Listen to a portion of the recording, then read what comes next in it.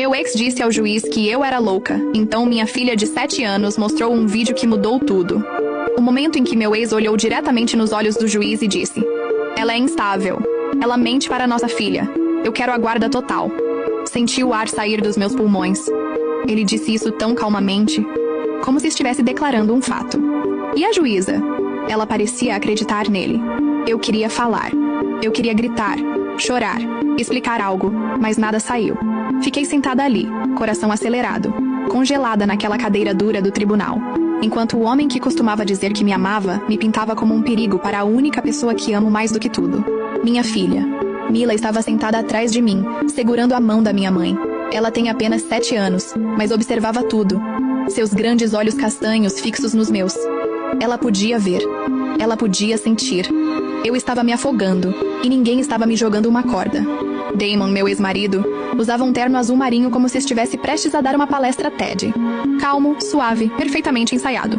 O mesmo homem que costumava gritar comigo no carro por causa de um pedido errado de comida, agora estava sentado na frente de uma juíza parecendo a imagem da responsabilidade.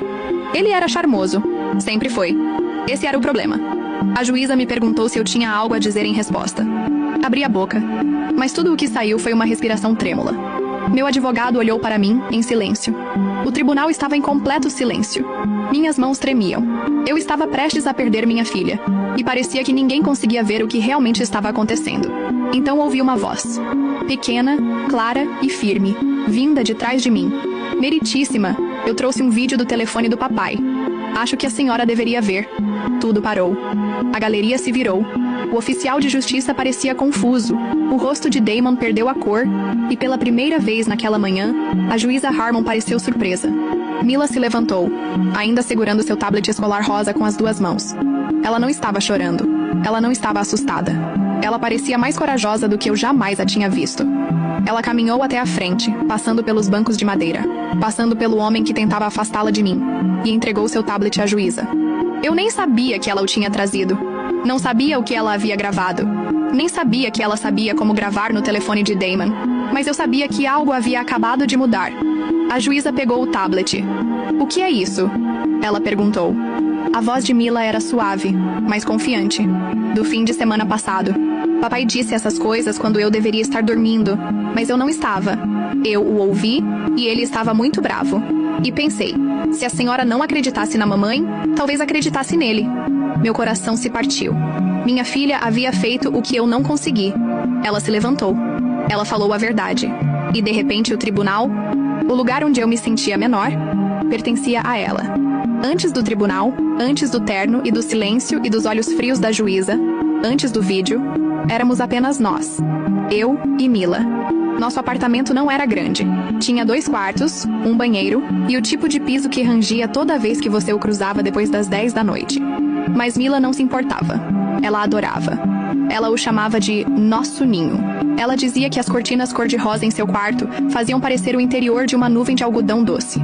Na maioria das noites, ela se deitava na cama com seu pinguim de pelúcia, Pepper, e me pedia para ler 2 histórias em vez de uma. Eu sempre dizia sim. Eu trabalhava em casa como designer gráfica freelancer, o que pagava apenas o suficiente para nos manter. Minha mãe, Carolyn, morava a alguns quarteirões de distância e ajudava a cuidar de Mila quando eu tinha prazos. Ela é o tipo de mãe que nem sempre diz a coisa certa, mas sempre aparece. Ela trazia lasanha sem avisar, esfregava meu banheiro quando eu não estava olhando e me dizia: "Você está se saindo melhor do que pensa, Arya." E por um tempo, acreditei nela. Mila tinha 7 anos. Era inteligente, de coração mole e observadora de maneiras que deixavam os adultos desconfortáveis. Ela fazia perguntas que faziam você pensar 2 vezes antes de mentir. Uma vez ela me pegou chorando na cozinha tarde da noite e não disse nada.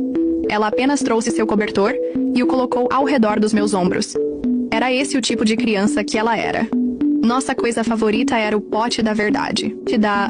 Comecei isso quando Damon e eu nos separamos pela primeira vez. Eu disse a ela que sempre que tivesse uma pergunta ou quisesse falar sobre algo confuso ou assustador, ela poderia escrever e colocar no pote. Líamos uma nota juntas cada noite. Algumas eram bobas. Por que as pessoas roncam? Outras eram profundas. Papai vai deixar de me amar se eu ficar com você? Eu disse a verdade. Sempre. Não importa o quanto doesse. O divórcio não havia sido limpo. Damon queria controle mais do que queria a guarda. Ele concordou com a guarda compartilhada no papel. Mas na prática, ele pressionava por mais. Ele questionava cada decisão parental que eu tomava, criticava o que eu dava para ela comer, reclamava se eu a pegasse 2 minutos atrasada. E durante seus fins de semana, Mila voltava para casa retraída e quieta. Às vezes ela nem falava comigo. Até terça-feira. Eu trouxe isso no tribunal. Mas Damon sabia como se apresentar. Ele era um ex-atleta universitário que se tornou executivo de vendas. Do tipo que fazia as pessoas rirem e lembrava o nome de todos. Ele vestia confiança como uma segunda pele. Em público, era só sorrisos. Em privado, ele podia explodir por causa de suco derramado ou um carregador perdido. Eu mantive um registro. Documentei tudo. E-mails, mensagens. Eu tinha uma pasta cheia de mensagens de texto onde ele me acusava de ser instável. Onde ele me chamava de nomes que nenhuma criança deveria ouvir seu pai usar sobre sua mãe. Mas nunca mostrei isso a Mila. Pensei que estava protegendo-a. Uma noite, após uma entrega particularmente tensa, Mila me perguntou se eu já tinha ficado com medo perto do papai. Fiz uma pausa. Ela olhou para seu cereal e disse: "Eu fico, mas acho que não devo dizer isso." Naquela noite não consegui dormir. Olhei para o teto e me perguntei se eu havia falhado com ela por não lutar mais, por tentar demais manter as coisas pacíficas. Algumas semanas depois, Damon entrou com um pedido de guarda total. Ele disse que eu estava prejudicando emocionalmente Mila, que eu mentia para ela sobre ele, que eu não podia proporcionar estabilidade. Seu advogado apresentou declarações alegando que eu era errática, não confiável e mentalmente inapta para compartilhar a guarda. Quando li esses documentos, minhas mãos tremeram. Tive que me sentar no chão. Carolyn sentou-se ao meu lado. Segurou meu pulso e disse: "Você tem a verdade. Isso é suficiente." Eu queria acreditar nela, mas no tribunal a verdade não é ruidosa.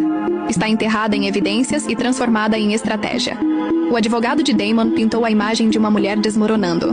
Meu advogado me disse para não ficar emocionada. Não falar a menos que fosse perguntada. Não interromper. Mas por dentro eu estava gritando. Mila viu tudo. Cada lágrima que tentei esconder. Cada vez que sussurrei: "Vai ficar tudo bem." Mesmo quando não tinha certeza de que ficaria. Eu não sabia que ela estava observando tão de perto. Eu não sabia que ela estava ouvindo. Eu não sabia que ela estava planejando alguma coisa. Ela tinha apenas 7 anos, mas de alguma forma entendeu o que nenhum de nós havia dito em voz alta. Ela sabia que a verdade importava, e sabia que o tribunal precisava ver isso por si mesmo. A audiência de custódia foi marcada para uma segunda-feira de manhã. Mal dormi na noite anterior.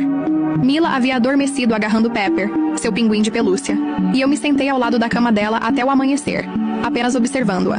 Meu peito se sentia pesado, como se algo estivesse pressionando-o. Eu sabia que isso não era apenas uma questão legal. Era uma luta pela vida dela como ela a conhecia. Pela única coisa na qual eu havia derramado cada parte de mim mesma para proteger. Naquela manhã, minha mãe veio conosco. Ela usava seu lenço de igreja, o de seda que ela só tirava quando precisava de coragem. Acho que ela sabia que eu não tinha muita sobrando. Mila vestia um vestido azul com girassóis e colocou seu tablet escolar na mochila como